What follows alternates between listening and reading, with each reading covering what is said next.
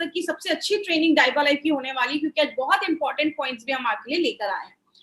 एक आम इंसान से अगर आप पूछते हैं कि डायबिटीज से आप क्या समझते हैं, वो क्या बोलेंगे? High blood sugar. खून में जब शुगर की मात्रा बढ़ जाती है तो हम कहते हैं हमें डायबिटीज हो गया। होता क्या है, आपने खाना खाया, खाना पचता है, पचा हुआ खाना जब शुगर आपके खून में जाता है, शुगर जो होता है आपके खून में जाता है, जैसे शुगर की मात्रा खून में बढ़ती है, जैसा आप इस फोटो में देख रहे हैं, यहाँ पे एक ऑर्गन होता है जिसको हम कहते हैं पेनक्रियास। ये आपका इंसुलिन बनाता है और आपके खून में छोड़ देता है। इंसुलिन क्या है? एक तरीके की चाबी है। आपके बॉडी में हजारों कोशिकाएं हैं, सब पे ताला लगा है। इंसुलिन जाता है, ताले को खोलता है, तब आपके खून से शुगर निकलकर आपके शरीर में चला जाता है।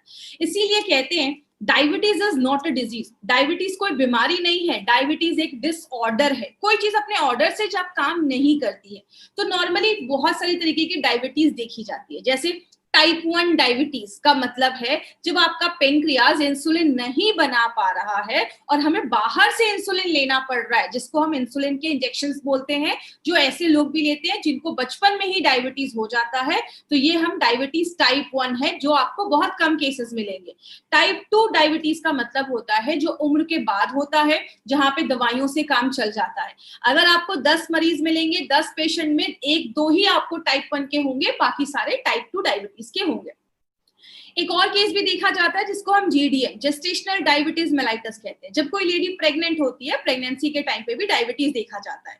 जैसा अगर आप इस फोटो में देख रहे होंगे, अभी इसमें कुछ दरवाजे हैं जो खुल रहे हैं, कुछ दरवाजे नहीं खुल रहे। तो टाइप 1 में क्या होता है? दरवाजे खुलते ही नहीं है, सारा शुगर बाहर जमा होना स्टार्ट हो जाता है। टाइप 2 में कुछ दरवाजे खुल रहे हैं, कुछ शुगर अंदर जा रहा है और कुछ नहीं जा पा रहा है। मतलब टाइप 1 में इंसुलिन नहीं बन पाता है, बाहर से इंसुलिन लेना पड़ता है। टाइप 2 में इंसुलिन बन रहा है लेकिन बॉडी उसको अच्छे से यूज नहीं कर पा रहा है। कहते हैं जब आपको डायबिटीज होता है तो इसके कारण क्या देखे जाते हैं? सबसे पहला कारण है अगर आपकी सेडेंटरी लाइफस्टाइल है, मतलब आप अगर अपने वर्कआउट नहीं कर रहे या एक्सरसाइज नहीं कर रहे या किसी भी तरीके का फिजिकल एक्टिविटी अगर आप अपने दिनचर्या में नहीं डाल रहे, अपनी लाइफस्टाइल में नहीं डाल रहे हैं, तो वो भी आगे चल के डायबिटीज में कन्वर्ट हो सकता है। सुना होगा बहुत दिनों से स्ट्रेस में, स्ट्रेस एक ऐसी चीज है जो आपके शुगर लेवल को शूट अप कर देती है, बढ़ा देती है। तो स्ट्रेस की वजह से भी डायबिटीज के केसेस जो होते हैं वो ज्यादा देखे जाते हैं। एक होता है एंशिएंट इंडियन फिनोटाइप, मतलब आज इंडिया में अगर आप बात करेंगे, आज बहुत सारे लोगों को आपने ऐसा देखा होगा जो पतले दुबले हैं, दुबले पतले हैं, लेकिन पेट बहुत ज्यादा बाहर निकला हुआ है। आप अमेरिका वगैरह में देखेंगे कोई मोटा है तो ओवरऑल मोटा है। इंडिया में पेट बहुत ज्यादा बाहर निकलने की वजह से एब्डोमिनल जो आपकी ओबेसिटी है, जब वो ज्यादा बढ़ जाती है तो डायबिटीज के जो चांसेस हैं इस केस में ज्यादा देखे जाते हैं।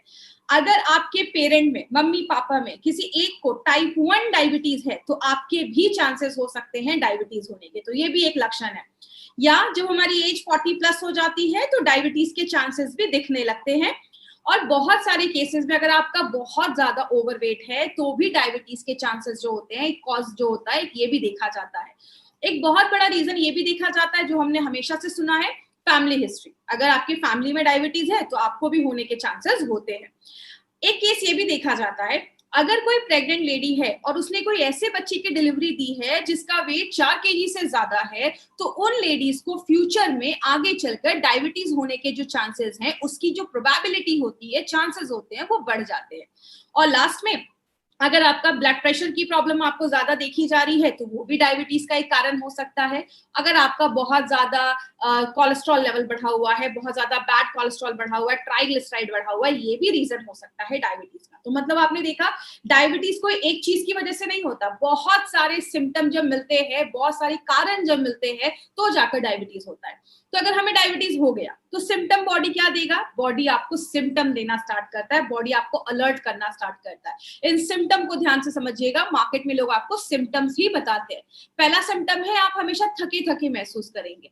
क्यों? आप खाना खा रहे हैं, बॉडी में शुगर बन रहा है, लेकिन आपके शरीर के हर एक सेल तक, बॉडी के हर एक कोशिका तक वो खाना नहीं पहुंच पा रहा है, इसलिए आपको एनर्जी नहीं मिल रही और आप थकावट महसूस कर रहे हैं। बहुत ज्यादा यूरिन आना भी एक लक्षण है। अगर आपको ज्यादा यूरिन आ रहा है तो समझ जाइए कि आपको डायबिटीज का भी एक सिम्टम देखा जाता है। सडन वजन कम होना स्टार्ट हो जाता है, ये भी एक डायबिटीज का बहुत बड़ा लक्षण है। अगर किसी का सडन वजन कम होना स्टार्ट हो रहा है, एक बार टेस्ट जरूर करवाइए। आपका जो जख्म होता है वो जल्दी हील नहीं होता है। मान लीजिए किसी को कोई चोट लग गया या कोई घाव हो गया, कोई वुंड हो गया, उसकी हीलिंग जो कैपेसिटी होती है वो कम हो जाती है। कुछ शक्कर को लीजिए और इधर चिपका दीजिए, आप देखेंगे उस चीनी या शक्कर में कीड़े मकोड़े या चींटियां लगना स्टार्ट हो जाएंगी। अगर आपके खून में शुगर ज्यादा होता है तो वहां पे बैक्टीरियल इन्फेक्शन होने के चांसेस जो होते हैं वो ज्यादा हो जाते हैं, इसीलिए आपका जख्म जो होता है जल्दी हील नहीं होता है। सेक्सुअल प्रॉब्लम्स भी देखी जाती है, अगर आपके डायबिटीज में शुगर लेवल कंट्रोल नहीं हो रहा है तो आगे चल के सेक्सुअल प्रॉब्लम्स भी देखा जाता है। आपको बहुत ज्यादा भूख लगना स्टार्ट हो जाता है, ये डायबिटीज का एक बहुत बड़ा सिम्टम है, ज्यादा भूख लगना। तो ये चीज याद रखिएगा, ज्यादा भूख लगने की वजह से भी ये चीज देखी जाती है। आंखों की जो रोशनी होती है वो कमजोर होने लगती है। क्यों? आंखों की जो रोशनी होती है, अब हमारे बॉडी में बहुत सारी नसें होती हैं, कुछ नसें इतनी कम होती हैं जिसकी वजह से कुछ नसें जो होती है वो इतनी पतली होती हैं आपके बाल जितनी। अगर आपके खून बॉडी में हर जगह पे खून अच्छे से नहीं पहुंच पा रहा है, या अगर आपकी जो नसें हैं उनमें अगर ज्यादा शुगर जाने लगता है तो वो नसें जो होती हैं वो डैमेज होने लगती हैं। अगर आपका शुगर कंट्रोल नहीं हो पाता है, आपकी नसों में ज्यादा शुगर जा रहा है तो वो नसें डैमेज होने लगती है और आगे चल के आंखों की रोशनी के जो चांसेस हैं वो कम होते दिखना स्टार्ट होते हैं। बहुत सारे लोगों के हाथ पैर की नसें नम हो जाती है, आपने बहुत सारे केसेस में देखा होगा कि हाथ पैर की नसें इतनी नम हो जाती हैं कि आगे चलकर बहुत सारे लोगों के हाथ पैर भी, मतलब जो लिम्ब एम्पुटेशन, पैर भी काटने की नौबत आ जाती है। और बहुत सारे लोगों को बहुत ज्यादा प्यास लगना स्टार्ट हो जाता है। और बहुत सारी लेडीज में वेजाइनल इन्फेक्शंस भी देखे जाते हैं, वेजाइना का इन्फेक्शन देखा जाता है। इसीलिए अगर बात करें, बहुत सारी लेडी में आगे चलकर यूरिन के रास्ते में इन्फेक्शन देखे जाते हैं, बहुत ज्यादा एंजाइटी होने लगता है, स्ट्रेस होने लगता है, ऐसी टेंशन वाली प्रॉब्लम भी देखी जाती है। तो डायबिटीज जो होता है वो बहुत सारे सिम्टम्स देना स्टार्ट कर देता है। कंसिक्वेंसेस की अगर हम बात करें कि डायबिटीज की वजह से क्या क्या बीमारियां होती हैं, सबसे पहला है हार्ट डिजीज। मतलब अगर आपका डायबिटीज कंट्रोल नहीं हो रहा है या शुगर कंट्रोल नहीं हो रहा है तो आगे चलकर हार्ट की बीमारियां होना स्टार्ट हो जाती है। इसका ब्लड प्रेशर पे प्रॉब्लम बढ़ना स्टार्ट हो जाता है, ब्लड प्रेशर भी होने लगता है। मतलब आपने शुरुआत की थी डायबिटीज की वजह से, आगे चलकर हार्ट डिजीज और ब्लड प्रेशर की प्रॉब्लम होना स्टार्ट हो जाती है।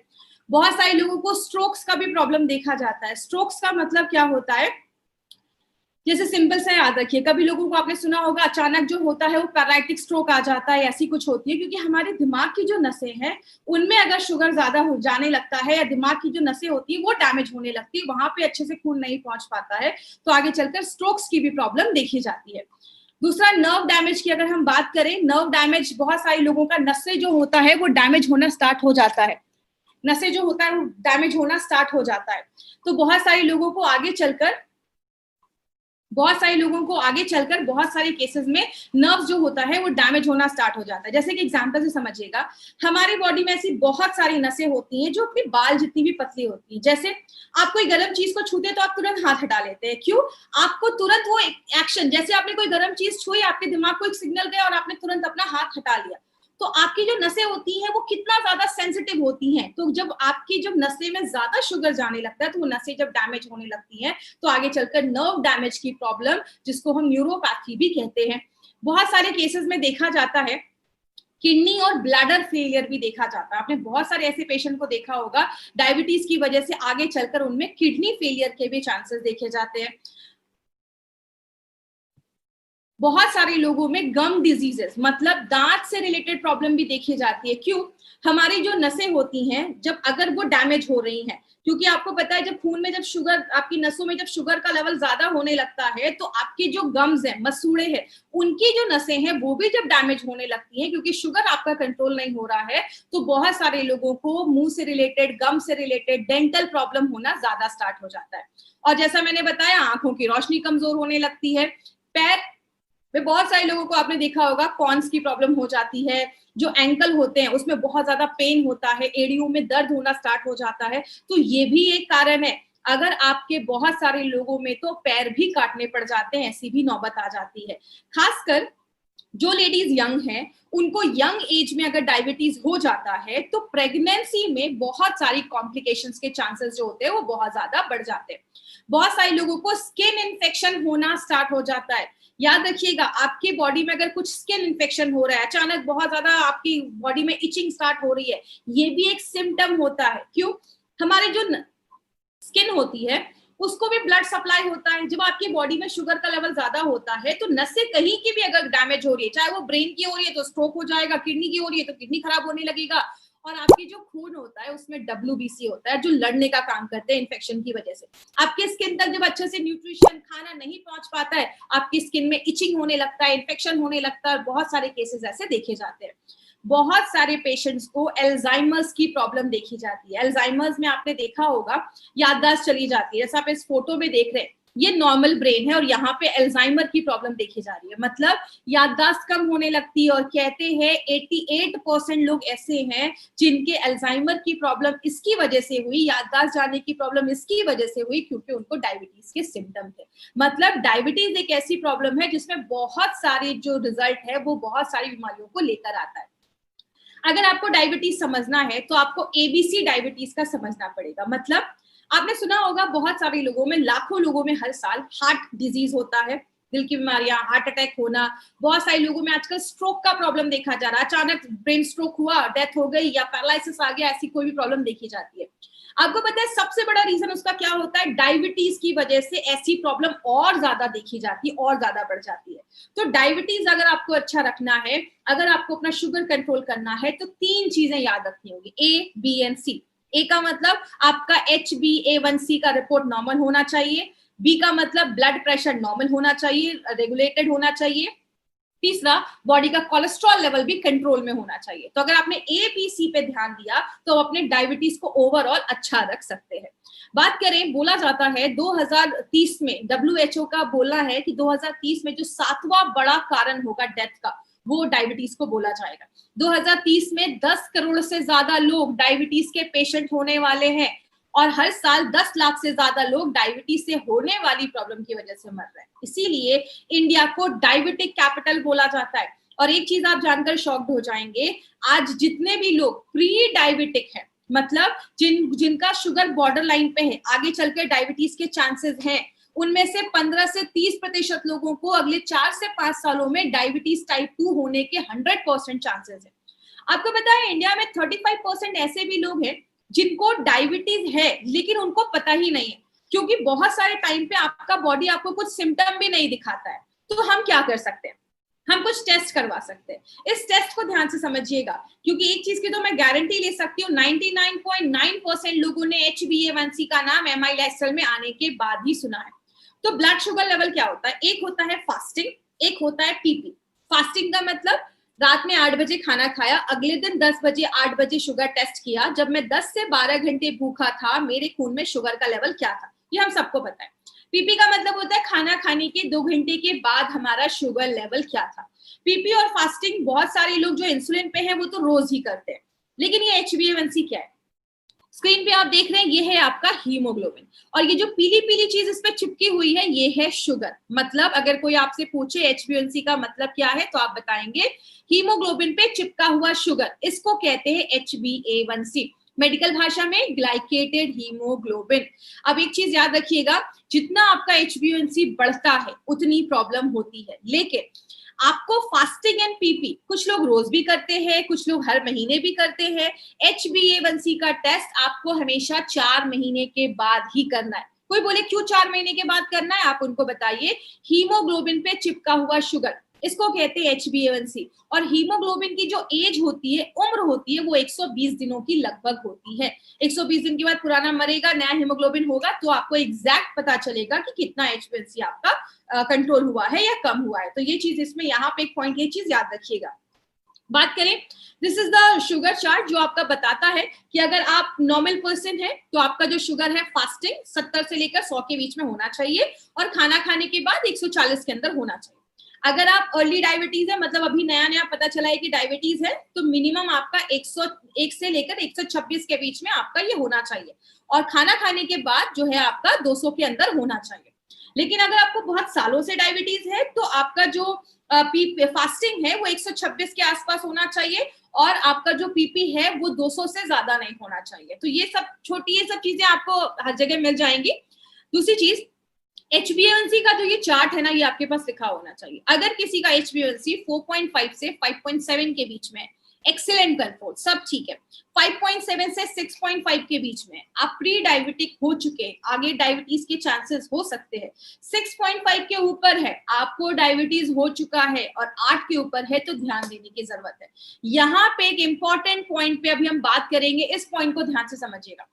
जब भी किसी को डाइबालाइफ देते हैं, इस पॉइंट पे जरूर बात करिए, उनको पहले ही बता दीजिए 1% अगर डाइबालाइफ 1% अगर आपका HbA1c कम होता है, मैंने अभी आपको क्या बताया, डायबिटीज हो जाता है, आंखों की रोशनी चली जाती है, नसों डैमेज होने के चांसेस होते हैं, किडनी खराब होने के चांसेस होते हैं, और भी बहुत सारी बीमारियां होने के चांसेस होते हैं। अगर आपका डाइबालाइफ लेने के बाद 1% भी HbA1c कम होता है, आंखें खराब होने के कारण और जो आपकी नसें डैमेज हो जाती हैं, किडनी डैमेज होने के चांसेस में 25% की गिरावट हो जाती है।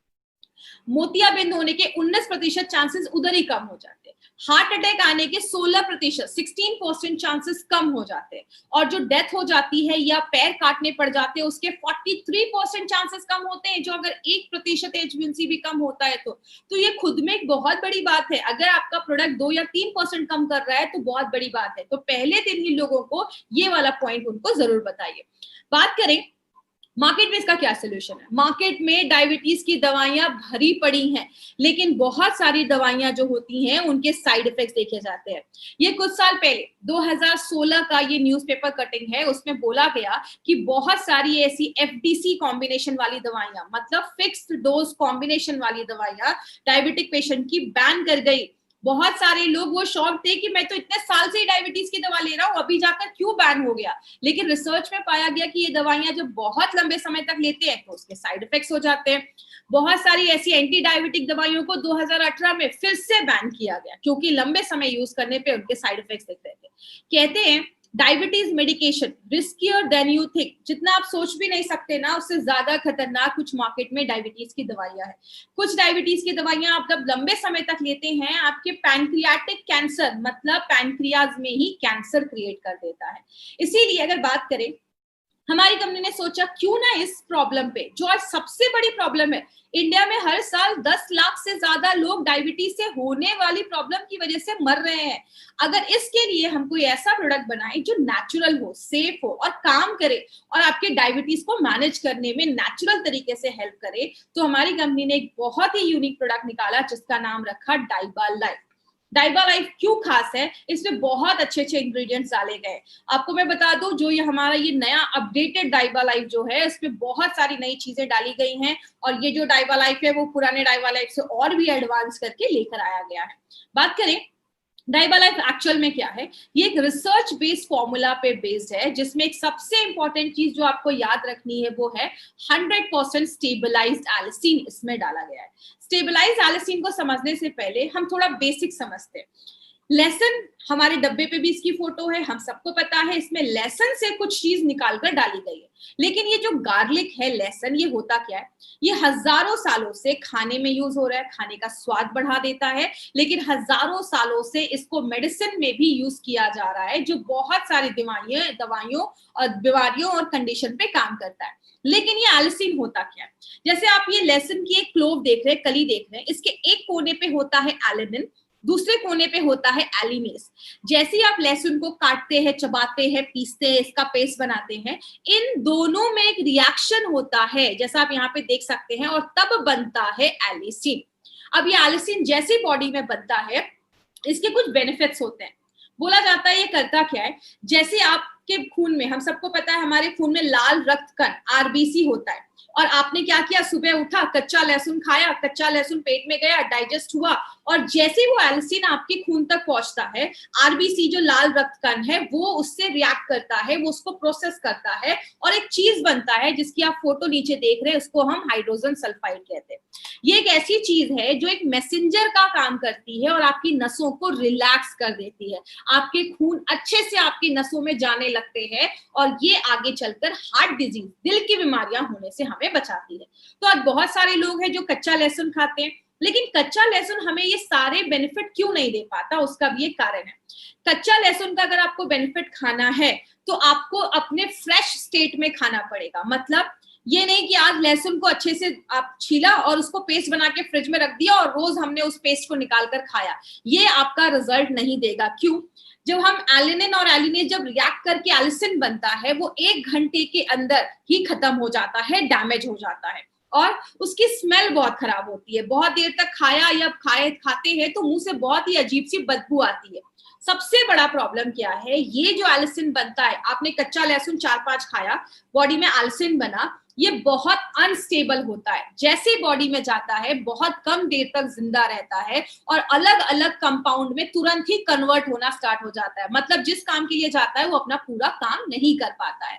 इसीलिए अगर बात करें, हमारी कंपनी ने सोचा क्यों ना हम इसको कुछ डिफरेंट तरीके से लेकर आए, क्योंकि कच्चे लहसुन की कुछ मतलब लिमिटेशंस हो जाती है। जैसे अब कुछ लोग आपसे ये भी कह सकते हैं, अच्छा इसमें लहसुन ही है तो मैं लहसुन ही ना खा लूं। अगर वो लहसुन खाते अच्छी मात्रा में 4 से 5 खाते, क्योंकि ज्यादा खाएंगे तो बॉडी में हीट क्रिएट करता है, 4 से 5 लहसुन खाया तो पेट का जो एसिड होता है वो उसको खराब कर देता है। आप सबको पता है हमारी जो छोटी आंत है उसमें न्यूट्रिशन पौष्टिक तत्व एब्जॉर्ब होते हैं, तो लहसुन का जो एलिसिन होता है वो उसको डिस्ट्रॉय कर देता है। आपकी आंतों की जो नसें होती हैं, आपकी जो इंटेस्टाइन की नसें होती हैं वो उसको डैमेज कर देती है, जो परत होती है वो डैमेज कर देती है, बॉडी का पीएच लेवल खराब कर देता है। और बहुत आप जब लहसुन खाते हैं तो मुंह से बड़ी अच्छी खुशबू आती है, जिसकी वजह से कुछ लोग अवॉइड करते हैं। बात करें हमारी कंपनी ने क्या सोचा, क्यों ना हम इसको कुछ डिफरेंट तरीके से बनाए। इसीलिए हमारी कंपनी ने क्या किया, ये जो एलिसिन बनता है इसको एक पेटेंटेड फॉर्मूले से यूज करके इस एलिसिन को स्टेबलाइज एलिसिन हमने इस प्रोडक्ट में यूज किया है। सबसे अच्छी बात क्या है, ये 100% स्टेबलाइज एलिसिन है और ये पेटेंटेड फॉर्मूला है। आज तक इंडिया में कभी किसी कंपनी ने अपने किसी भी प्रोडक्ट में स्टेबलाइज एलिसिन का यूज नहीं किया है। तो एक्सक्लूसिवली ये जो प्रोडक्ट है वो हमारी जो कंपनी है एमआई लाइफस्टाइल, वो अपने ऑन एंड ऑन के डाइपा लाइफ में लेकर आई है। बहुत सारे इंग्रेडिएंट्स इसमें डाले गए हैं। आज हम बात करते हैं स्टेबलाइज एलिसिन के बारे में। स्टेबलाइज एलिसिन एक पेटेंटेड फॉर्मूला से बनाया जाता है, जहां पे उसको प्योरीफाई किया जाता है, साफ किया जाता है और कंप्लीटली स्टेबल होता है। मतलब जब आपकी बॉडी में जाएगा तो उसको कोई चीज डैमेज नहीं कर पाएगी। पहली बार हिस्ट्री में ऐसा कोई स्टेबलाइज एलिसिन यूज किया गया है। आप ये कह सकते हैं एलिसिन जो है वो लहसुन नहीं है, वो गार्लिक नहीं है, लेकिन एक लहसुन जो भी काम कर सकता है वो सारे काम एलिसिन करता है और वो बहुत ही एक्टिव फॉर्म में होता है और ऐसा प्रोडक्ट मार्केट में आपको अवेलेबल नहीं मिलेगा। ये जो होता है ये डायबिटिक पेशेंट के लिए, स्टेबलाइज एलिसिन डायबिटिक पेशेंट के लिए बहुत बेनिफिशियल होता है। टाइप 1 के पेशेंट हो, टाइप 2 के पेशेंट हो, दोनों पे काम करता है। HbA1c को कंट्रोल करता है, कोलेस्ट्रॉल को कम करता है, इम्यूनिटी को बढ़ाने में मदद करता है, मतलब आप समझ रहे हैं, और ब्लड प्रेशर पे भी काम करता है। मैंने पहले ही बताया डायबिटीज को अच्छा रखना है, ABC तीनों पे काम करना पड़ेगा और ये स्टेबलाइज तीनों पे काम करता है। दूसरी चीज अगर हम बात करें, यहाँ पे एक इंपॉर्टेंट चीज याद रखिएगा, आज इस जमाने में हमें स्टेबलाइज एलिसिन लेना क्यों जरूरी है। यहाँ पे एक बहुत इंपॉर्टेंट पॉइंट आने वाला है, इस पे ध्यान दीजिएगा। वो क्या है, आज हम बहुत सारी एंटीबायोटिक्स खाते हैं। एंटीबायोटिक्स क्या होता है, ये एक ऐसी दवाइयां होती हैं जो बैक्टीरियल इन्फेक्शन को खत्म करने में मदद करती है। लेकिन जब हमने डे टू डे लाइफ में बहुत ज्यादा एंटीबायोटिक्स खाने लगते हैं तो जो बैक्टीरिया होते हैं वो उसके रेजिस्टेंट हो जाते हैं और उनपे वो कोई काम नहीं करता। तब हमारी बॉडी में कुछ ऐसे सुपर बग बनना स्टार्ट हो जाते हैं, मतलब ऐसे स्ट्रेन के बैक्टीरिया स्टार्ट हो जाते हैं जिसका कोई भी एंटीबायोटिक कुछ कर ही नहीं सकता है। इस टाइम पे हमारी बॉडी में बहुत सारी ऐसी प्रॉब्लम होने लगती है और अगर कोई ऐसा बैक्टीरिया हमारी बॉडी पे हमला करता है तो बॉडी जो होती है वो कोई भी एंटीबायोटिक खाने पे हेल्प नहीं करता है। स्टेबलाइज एलिसिन जो है वो एक नेचुरल एंटीबायोटिक है और MRSA जो एक ऐसा सुपर बग माना जाता है जिसको मेथिओनिन अगर कोई एंटीबायोटिक है तो उस पे काम नहीं करता, तो स्टेबलाइज एलिसिन एक नेचुरल एंटीबायोटिक माना जाता है। बात करें सबसे इंपॉर्टेंट चीज क्या है, एलिसिन जो होता है ये हल्का एसिडिक होता है। सबसे बड़ा बेनिफिट क्या है एलिसिन का, ये हल्का एसिडिक होता है और जब पेट में जाता है, पेट में भी एसिड होता है तो उसको वो इन्वायरमेंट जो है, वातावरण जो है वो बहुत अच्छा लगता है, जिसकी वजह से एलिसिन आपका बॉडी इजिली एब्जॉर्ब कर पाता है, ले पाता है। इसमें हमने दालचीनी भी डाली है। दालचीनी जो होता है आपके ब्लड शुगर लेवल को तो कम करता ही है, बैड कोलेस्ट्रॉल और ट्राइग्लिसराइड को भी कम करने में मदद करता है। ये सब आपको रटने की जरूरत नहीं है, बस मैं आपको ये दिखा रही हूँ कि इसमें एक नहीं बहुत सारी चीजें डाली गई हैं। दूसरी चीज अल्फा लिपोइक एसिड, ये भी हमने प्लांट से निकाला है, ब्रोकली से। ये डायबिटिक पेशेंट के लिए ब्रोकली एक बहुत अच्छी चीज मानी जाती है और जिन डायबिटिक पेशेंट को आगे चलकर नसों में डैमेज होने के चांसेस होते हैं, नस डैमेज हो जाते हैं, हाथ पैर नम हो जाते हैं, उस केस में अल्फा लिपोइक एसिड काम करता है। पालक से हमने क्रोमियम पिकोलेट निकाला है। डायबिटिक पेशेंट में क्रोमियम की कमी होती है, शरीर शुगर नहीं ले पाता, ग्लूकोज नहीं ले पाता, तो उसमें मदद करता है। गुड़ को मारने का काम करता है। हमने डायबिटिक पेशेंट को पीपी, फास्टिंग, HbA1c में तीनों में जब गुड़मार दिया तो तीनों में बहुत अच्छे रिजल्ट्स हमें देखने को मिले। तो गुड़मार जो है वो भी आपके शुगर को कंट्रोल करने में मदद करता है। ये सब आपको रटने की जरूरत बिल्कुल भी नहीं है, जस्ट मैं आपको बता रही हूँ। नीम का डायबिटिक में बहुत अच्छे रिजल्ट्स देखे जाते हैं। डायबिटिक पेशेंट को जो हमने नीम के पत्तों का एक्सट्रैक्ट दिया तो उनके शुगर लेवल में बहुत अच्छा कमी देखा गया। और मार्केट में जब मेटफॉर्मिन उन पेशेंट ने लिया तो जितना वो काम कर रहे हैं उतना ही लगभग आपका नीम लीफ एक्सट्रैक्ट भी काम करता है, but in a natural way, प्राकृतिक तरीके से आपके शुगर लेवल को कम करने में मदद करता है। रेटिनोपैथी की जो प्रॉब्लम होती है, आंखों की रोशनी जाने की जो प्रॉब्लम होती है, उसमें भी जो नीम है वो भी बहुत अच्छा रोल प्ले करता है। ऐसी केसेस में आपकी आंखों की रोशनी जाने की जो चांसेस होते हैं उससे भी हमें प्रिवेंट करने में मदद करता है। पुराने जमाने में देखा होगा खाने के बाद लोग सुपारी खाते थे। क्यों? सुपारी आपके डाइजेशन को अच्छा रखता है, आपके पेनक्रियास को स्टिमुलेट करता है, उसको सिग्नल देता है कि आप इंसुलिन बनाओ, उसको हेल्प करता है इंसुलिन बनाने में। तो अरेका नट भी आपके ब्लड शुगर लेवल को कम करने में मदद करता है। करेला डायबिटिक पेशेंट का बेस्ट फ्रेंड माना जाता है। करेला जो है बहुत सारे डायबिटिक पेशेंट इसको लेते हैं। क्यों? करेला जो है वो भी आपके पेनक्रियास को स्टिमुलेट करता है इंसुलिन बनाने में।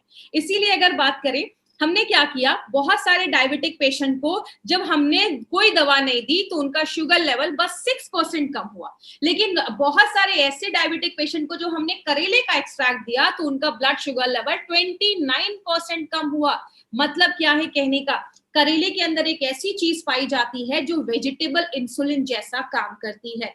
तो ये बहुत ही इंपॉर्टेंट एक नई डिस्कवरी है जो आज डायबिटिक के सेक्टर में बहुत बड़ा काम इस पे आगे चल के भी होने वाला है। और करेला एक बहुत इंपॉर्टेंट चीज है जो आपके ब्लड शुगर लेवल को कम करती है। मतलब हमने इसमें जो भी इंग्रेडिएंट्स डाले हैं ना, सारे नेचुरल इंग्रेडिएंट्स है। पहली बार सारे इंग्रेडिएंट का लैब स्टडीज भी किया गया है और इंसानों पे भी स्टडी किया गया है। मतलब हमने लैब में चूहों पे भी रिसर्च किए हैं और इंसानों पे भी रिसर्च किया गया है। तो क्या देखा गया है, जैसे ये आपके ब्लड शुगर लेवल को भी कम करता है, HbA1c को भी कम करता है, इम्यूनिटी को भी बढ़ाता है, डायबिटीज की वजह से जो कॉम्प्लिकेशंस होने वाली उसको भी कम करता है। मतलब ये प्रोडक्ट एक नहीं बहुत सारे तरीके से हमें मदद करता है, हेल्प करता है डायबिटीज में। किसको देना है?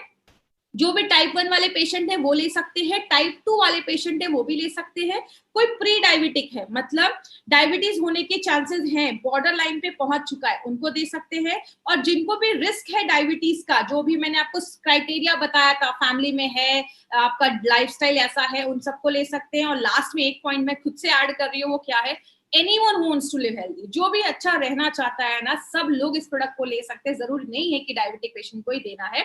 7 साल के ऊपर के हर एक 7 साल का ऊपर का कोई बच्चा है, डायबिटीज है, तो आप उसको भी दे सकते हैं।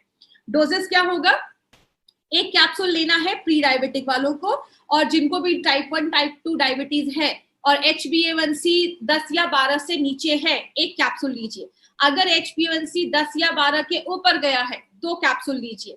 लेकिन अगर आपने HbA1c टेस्ट नहीं करवाया है, शुगर टेस्ट करवाया है, तो अगर आपका शुगर लेवल 300 के ऊपर जा रहा है तो जाकर आपको 2 कैप्सूल देना है। बाकी हर केस में आप एक भी लेंगे तो चलेगा, कोई ऐसा इश्यू नहीं है।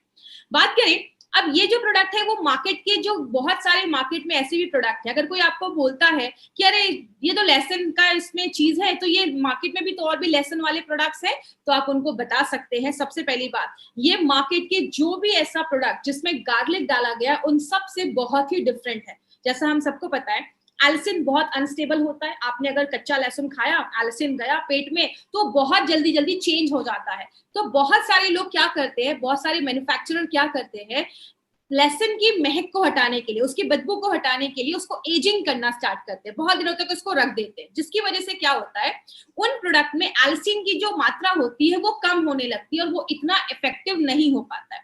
बहुत सारे लोग क्या करते हैं, दवाइयों के जो पिल्स होती हैं उस पे लहसुन का जो कोट लगा देते हैं, जिसकी वजह से क्या होता है, जब वो लहसुन बॉडी में जाता है तो उसमें से सफिशिएंट मात्रा में एल्सिन नहीं बन पाता है और वो अच्छे रिजल्ट नहीं देता। इसका मतलब अगर आप फ्रेश लहसुन भी खा रहे हैं और आप मार्केट का भी कोई ऐसा प्रोडक्ट खा रहे जिसमें लेसन है, तो शायद आपको वैसे रिजल्ट्स नहीं मिल पाएंगे। इसीलिए हमारी कंपनी ने हमारे प्रोडक्ट में 100% स्टेबलाइज एल्सिन डाला है, और ये पहली बार इंडिया में कोई कंपनी लेकर आई है, तो वो एमआई लाइफस्टाइल है। तो डाइबा लाइफ कोई नॉर्मल गार्लिक का प्रोडक्ट नहीं है, बट ये जितने भी मार्केट की गार्लिक के प्रोडक्ट है सबको ऑब्सलीट करता है, सबको मार्केट से हटाता है। और ये बस गार्लिक का प्रोडक्ट नहीं, उससे बहुत ज्यादा बनाया गया, क्योंकि आपको पता है हमारे डाइबा लाइफ को और भी एडवांस करके लाया गया है। इसीलिए अगर बात करें, डाइबा लाइफ के बहुत सारे बेनिफिट्स है। शुगर लेवल को कंट्रोल करता है, इंसुलिन जो बॉडी बना रहा है, कभी कभी अपना बॉडी इंसुलिन नहीं एक्सेप्ट कर पाता है, उसको यूज नहीं कर पाता है, तो उसको यूज करने में रेजिस्टेंस को कम करता है। आपके बीटा सेल, आपका जो पेनक्रियाज है उसमें बीटा सेल होते हैं, उसको मजबूत करता है ताकि ज्यादा एलिसिन आपका इंसुलिन निकले। आपको होलिस्टिक तरीके से हेल्प करता है, जो भी डायबिटीज के सिम्टम्स होने वाले, कॉम्प्लिकेशंस आने वाले, उन सबसे प्रोटेक्ट करता है। कोलेस्ट्रॉल को कम करता है, आपकी इम्यूनिटी को बढ़ाने में मदद करता है, ब्लड प्रेशर पे भी काम करता है। मतलब एक नेचुरल फॉर्मूला है, इसका कभी कोई साइड इफेक्ट हो ही नहीं सकता, इसमें कोई केमिकल नहीं है। इंपॉर्टेंट चीज, डाइबा लाइफ जैसा मैंने बहुत सारे प्रोडक्ट में बोला, कोई जादू की छड़ी नहीं है कि बस घुमाया और हो गया। माय डियर फ्रेंड, हम मार्केट की कंपनी नहीं है जो बोलते हैं कि कुछ भी मत करो, ये प्रोडक्ट ले लो शुगर कंट्रोल हो जाएगा, ये प्रोडक्ट ले लो ये प्रॉब्लम खत्म हो जाएगी।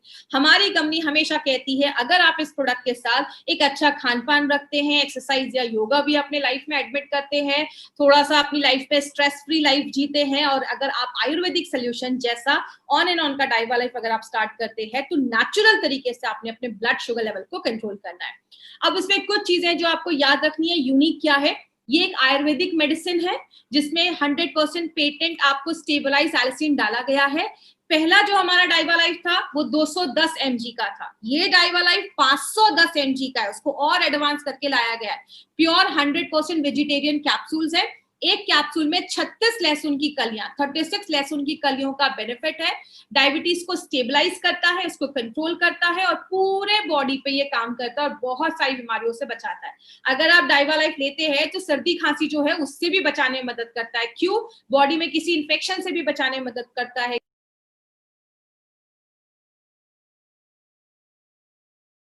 एलिसिन दुनिया पे सबसे सेफ एंटीबायोटिक माना गया है, मतलब इस पूरे ह्यूमन के लिए, इंसानों के लिए जो सबसे मजबूत एंटीबायोटिक है वो स्टेबलाइज एलिसिन को बोला जाता है।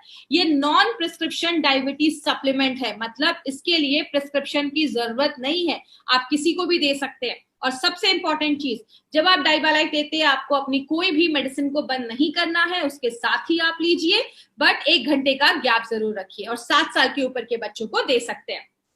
1 घंटे का गैप रखना एलोपैथी और डाइबा लाइफ के बीच में। हर 3 महीने के बाद, 3 से 4 महीने के बाद पीपीएन फास्टिंग और HbA1c तीनों का टेस्ट करवाना है। रिपोर्ट लेकर अपने डॉक्टर के पास जाना है, डॉक्टर आपको बताएंगे कि क्या आपको कम करना है, कि जो भी मेडिसिन है वो आपका कम करवाएंगे, आपको खुद से कम नहीं करना है। 300 के ऊपर शुगर लेवल है तो जाकर आपको 2 कैप्सूल लेना है, और साथ में एक अच्छी लाइफस्टाइल भी।